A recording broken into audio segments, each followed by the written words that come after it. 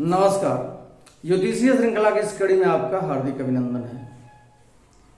अभी हमारा अध्ययन का विषय चल रहा है उद्यम तथा द्रव्योपार्जन। इस क्रम में अभी हम जातक के व्यवसाय विधि का विचार कर रहे हैं कि कुंडली में बनने वाले कौन से योग हैं जो जातक के व्यवसाय का, उसके कार्यकलाप का, उसके रोजगार का निर्धारण करते हैं। पिछले वीडियो में हमने जाना कि कुंडली में मुख्यतः दशम भाव जो है वो रोजगार कारक होता है, जातक के कर्म स्थान के रूप में जाना जाता है। वो जातक के उद्यम को निर्धारित करता है, उसके एक्टिविटीज को निर्धारित करता है। उसमें से हम जाने कि किससे दशम, लग्न से, चंद्रमा से और सूर्य से, इन तीनों से दशम भाव की स्थिति का विचार हम करते हैं। और हम देखें कि यदि लग्न और चंद्रमा इन दोनों में से किसी से दशम स्थान में कोई ग्रह नहीं हो तो सूर्य से दशम स्थान में स्थित ग्रह से रोजगार का विचार किया जाता है। और यदि लग्न से, चंद्रमा से तथा सूर्य से भी दशम स्थान में कोई ग्रह नहीं हो तो ऐसी स्थिति में दशम स्थान के स्वामी के नवांशपति से रोजगार का विचार होता है। तात्पर्य यह कि प्रथम यह देखना होगा कि लग्न और चंद्रमा में कौन बली है। इनमें से जो बली हो उससे दशम स्थान में कौन ग्रह स्थित है। यदि लग्न, चंद्र लग्न और सूर्य लग्न इन तीनों से दशमस्थ कोई ग्रह नहीं हो तो इनमें से जो बलवान होगा उस बलवान भाव से दशम स्थान का स्वामी कौन है तथा वह दशमेश किस नवांश में है और उस नवांश का स्वामी कौन है, तो निष्कर्षतः उसी स्वामी ग्रह के अनुसार जातक का व्यवसाय होगा। क्या कहा जा रहा है कि लग्न और चंद्रमा से हम देखे हैं कि दोनों में से कौन बली ग्रह है। प्रायोरिटी हम लोग लग्न की देते हैं, उसके बाद चंद्रमा की। उनसे दशम स्थान में कौन सा ग्रह स्थित है। यदि उनसे दशम स्थान में कोई ग्रह नहीं है तो हम फिर सूर्य से देखते हैं कि सूर्य से दशम भाव में सूर्य जहां पर स्थित है उससे दशम स्थान में कौन सा ग्रह स्थित है, उसके अनुसार रोजगार का निर्धारण करते हैं। अब यदि लग्न से, चंद्रमा से और सूर्य से इन तीनों से दशम स्थान में कोई भी ग्रह नहीं स्थित हो तब उस स्थिति में हम देखेंगे कि तीनों में बली कौन है। लग्न बली है या चंद्र लग्न बली है या सूर्य लग्न बली है। तीनों में जो बली होगा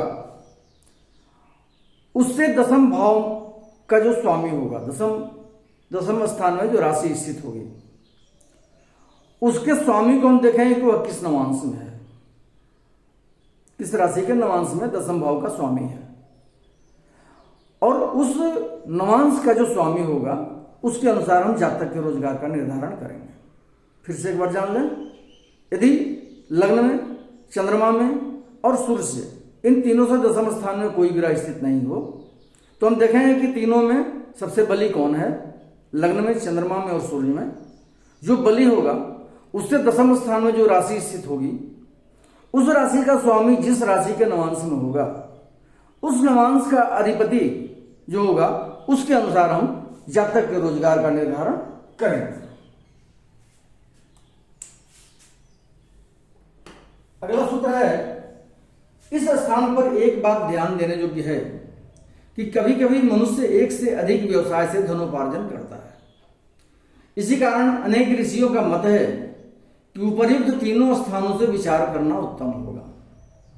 इन तीनों स्थानों में से जो बली हो उससे दशम स्थान स्थित ग्रह अथवा उसके दशमेश के नवांशपति के अनुसार जातक की मुख्य आजीविका होगी तथा अन्य ग्रह द्वारा सहायक आजीविका होगी।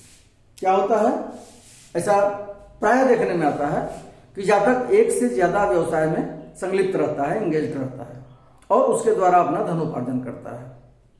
तब उस स्थिति में हमको क्या देखना होगा।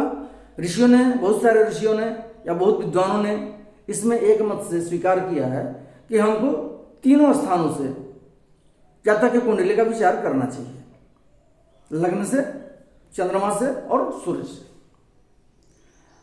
अब इन तीनों में जो बली होगा, लग्न में, चंद्रमा में और सूर्य में, उससे दशम स्थान में जो स्थित ग्रह होगा या अगर ग्रह नहीं है तो उसका दशमेश का जो नवांश पति होगा, दशमेश जिस राशि के नवांश में स्थित होगा उसका जो अधिपति होगा उसके अनुसार जातक का मुख्य व्यवसाय होगा, जो उसकी प्राइम एक्टिविटी होगी उसके हिसाब से होगी।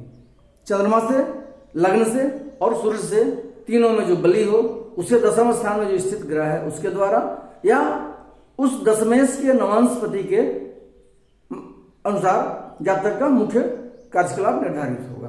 और उसके बाद जो उससे कम बली होगा उससे दशम स्थान या दशमेश का नवांशपति उनके हिसाब से उसकी सहायक एंसिलरी एक्टिविटीज जो हैं, जो सहायक गतिविधियां हैं, उनका निर्धारण हम करेंगे।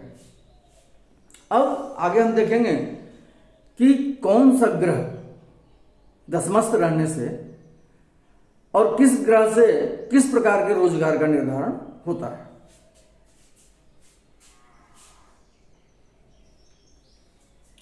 सर्वप्रथम तो हम देखेंगे कि मुख्य व्यवसाय कारक ग्रह कौन सा है। जब तक का मुख्य कार्यकलाप, मुख्य आजीविका का निर्धारण करने वाला ग्रह कौन सा है कुंडली में। यदि लग्न, चंद्र लग्न और सूर्य लग्न इनमें जो बली हो उससे दशमस्थ कोई ग्रह हो तो उसका फल इस प्रकार है। अगर लग्न में, चंद्रमा में और सूर्य से, ये तीनों में जो बली हो उससे दशम भाव में यदि कोई ग्रह स्थित हो तो उसका सामान्य फल इस प्रकार से विद्वानों ने कहा है। यदि सूर्य दशमस्थ हो तो जातक को पैतृक संपत्ति अथवा पितृकुल के लोगों से धन प्राप्त होता है। यदि सूर्य दशम भाव में स्थित हो तो जातक को पितृकुल से या पैतृक संपत्ति का लाभ होता है। यदि सूर्य उच्चस्थ हो दशम भाव में और उस पर शुभ ग्रह की दृष्टि पड़ रही हो तो जातक को पैतृक संपत्ति बहुत सुगमता से प्राप्त हो जाती है, बहुत आसानी से मिल जाती है। ऐसा जातक अपने पराक्रम से धन उपार्जन करने वाला होता है, जिसके लग्न से, चंद्रमा से या दशम भाव से, सूर्य से दशम भाव में सूर्य स्थित हो। इन तीनों में से जो बली हो उससे दशम भाव में जो सूर्य स्थित हो तो इस स्थिति में जातक अपने पराक्रम से धन अर्जन करने वाला होता है। अब एक बात ध्यान देने की चीज है कि लग्न से सूर्य दशम भाव में किसका होता है? जिसका जन्म दोपहर के समय होता है। मध्याह्न के समय जन्म वाले जातक का सूर्य लग्न से दशम भाव में स्थित होता है। 2 घंटे का समय जो मध्याह्न के 1 घंटा पहले और 1 घंटा बाद का समय होता है, उस स्थिति में जातक का सूर्य, जातक की कुंडली में सूर्य दशम भाव में स्थित होगा। चतुर्थ भाव में कब स्थित होता है? जब निषार्ध में, अर्धरात्रि में जातक का जन्म होता है तो चौथे भाव में सूर्य उपस्थित रहता है। लग्न में सूर्य की स्थिति बतलाती है कि जातक का जन्म सूर्योदय काल में हुआ है। सप्तम में सूर्य की स्थिति बतलाती है कि जातक का जन्म सायंकाल सूर्यास्त के समय हुआ है। यह सामान्य सी परिभाषा है, सामान्य ज्ञान की बात है, जिसे हम कुंडली में सूर्य की स्थिति देख करके हम बता सकते हैं कि जातक का जन्म किस कालखंड में हुआ है, 24 घंटे के अंदर किस समय अवधि में जातक का जन्म हुआ है, और बीच की राशियों में, बीच के भावों में हम उसके अनुसार निकाल लेंगे कि कब से कब तक जातक का जन्म है। अब इसलिए विद्वानों ने कहा है कि मध्याह्न का समय या निषाद का समय, अर्धरात्रि का समय, 2.5 दंड के अंदर, 2.5 दंड मतलब 1 घंटा, 1 घंटा के अंदर अगर किसी जातक का जन्म होता है तो वह राजा तुल्य होता है या धनी होता है। तो अभी हम जाने कि दशम भाव में सूर्य की स्थिति जो है जातक को पैतृक संपत्ति दिलाती है तथा वह अपने पराक्रम से व्यवसाय के द्वारा धन उपार्जन करने वाला होता है। अगला है कि यदि चंद्रमा दशम भाव में स्थित हो तो जातक को माता के द्वारा धन प्राप्त होता है या माता के माध्यम से धन की प्राप्ति होती है। दशम भाव में मतलब लग्न से, चंद्रमा से या सूर्य से, इनमें से जो बली हो उससे दसम भाव में चंद्रमा की स्थिति से माता के द्वारा धन प्राप्ति का बोध होता है। यदि मंगल दशमस्थ हो तो शत्रु द्वारा अर्थात शत्रु पर विजय प्राप्त करके धन की प्राप्ति होती है जातक को। यदि बुध दशमस्थ हो तो मित्र के द्वारा या मित्र के माध्यम से धन मिलता है या व्यवसाय में जातक संलिप्त होता है, व्यवसाय में निमग्न होता है। यदि बृहस्पति दशमस्थ हो तो जातक को भाई अथवा उसके चचेरे भाई से धन का लाभ होता है या उनके माध्यम से रोजगार की प्राप्ति होती है। यदि शुक्र दशम भाव में स्थित हो तो किसी स्त्री के द्वारा अर्थात किसी धनवान स्त्री से अनुग्रहित होने पर धन का आगमन होता है। किसी धनवान स्त्री के अनुग्रह से जातक को धन की प्राप्ति होती है। और यदि शनि दशमस्थ हो तो जातक को सेवक इत्यादि के माध्यम से धन प्राप्त होता है।